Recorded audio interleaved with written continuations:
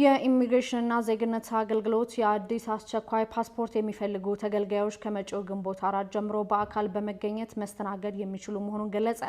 የኢሚግሬሽንና ዜግነት አገልግሎት የአዲስ አስቸኳይ ፓስፖርት አገልግሎት የሚፈልጉ ከመጪው ግንቦት 4 ቀን ጀምሮ አስፈላጊ ሰነዶችን በመያዝ ጥቁር አንበሳ በሚገኘው መስሪያ ቤት በአካል በመገኘት መስተናገድ የሚችሉ መሆኑንም አስታውቋል። ከዚህ ቀደም ተገልጋዮች አዲስ የአስቸኳይ ፓስፖርት በኦንላይን ለመሙላት እንደተቸገሩ በተደጋጋሚ ማሳወቃቸውን ያስታወሰው አገልግሎት መስሪያ ቤቱ የጉዳይ የቅርንጫፍ ጽሕፈት ቤትን እንደማይመለከትም ጨምሮ አሳስቧል። የኢሚግሬሽንና ዜግነት አገልግሎት በኦንላይን ብቻ ሲሰጥ የነበረው የአዲስ አስቸኳይ ፓስፖርት አገልግሎት አሁን አማራጭ መንገዶችን በመከተል በአካልም እንደሚያስተናግድ ጠቁሟል።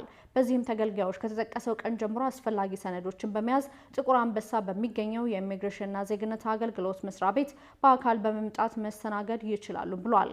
የኢሚግሬሽንና ዜግነት አገልግሎት የአዲስ አስቸኳይ ፓስፖርት እድሳትን ጨምሮ አገልግሎት የኦንላይን አሰራር ላይ የሚታየው ሁኔታ ተገልጋዮች ክፉኛ ያማረረ እንደሆነ ተገልጋዮች የሚገልጹ ሲሆን በተደጋጋሚም ቅሬታቸውን ሲያቀርቡም ቆይተዋል።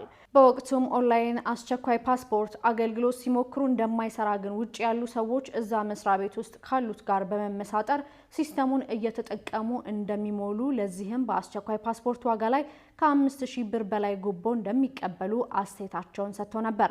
ይህ ጉዳይ በተደጋጋሚ የሚነሳ ቅሬታ ሲሆን በአገልግሎት ውስጥ የሚፈጸሙ ህገወጥ ተግባራት ዘላቂ መፍትሄ ባለማግኘታቸውና ያለው ብልሹ አሰራር ባለመፈታቱ ተገልጋዮች በተደጋጋሚ ጊዜ ቅሬታ ሲያቀርቡ ይስተዋላሉ።